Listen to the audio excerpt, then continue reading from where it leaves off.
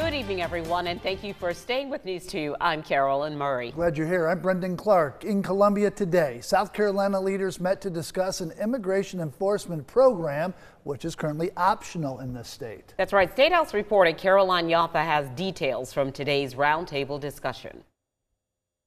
Behind me, state leaders met to discuss a program called 287G.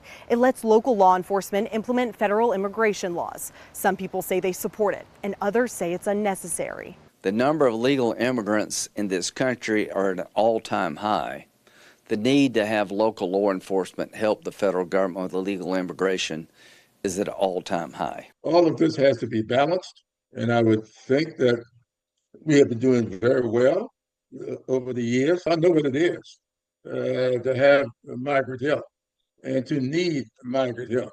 If a county or city participates in the 287G program, here's how it works. If an officer makes an arrest, they will find out through the system if the person has a warrant from ICE.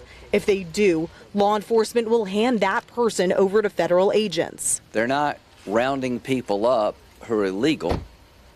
It's done in the normal course of law enforcement. Law enforcement says it's hard to retain officers. In South Carolina, there are more than 4,000 vacancies. Senator Lindsey Graham's solution to this is to create a grant program. Law enforcement agencies which participate in the 287G program will have access to more funding. Why are we giving bonuses to hire ICE agents and Border Patrol agents to deal with a virtual invasion of this country of 11 million people? South Carolina is on the upper end of the states that work with ICE already. And the more you're willing to work with ICE, I'd like to transfer the concept we have at the federal level to the state level. Governor Henry McMaster says he fully stands behind this grant program and plans to put this in a state executive order or in his budget next year. This plugs a gap in our system. We must have, as we grow, and we are growing, and more people want to invest in our people here, but we got to keep this state safe. In Columbia, I'm Caroline Yaffa.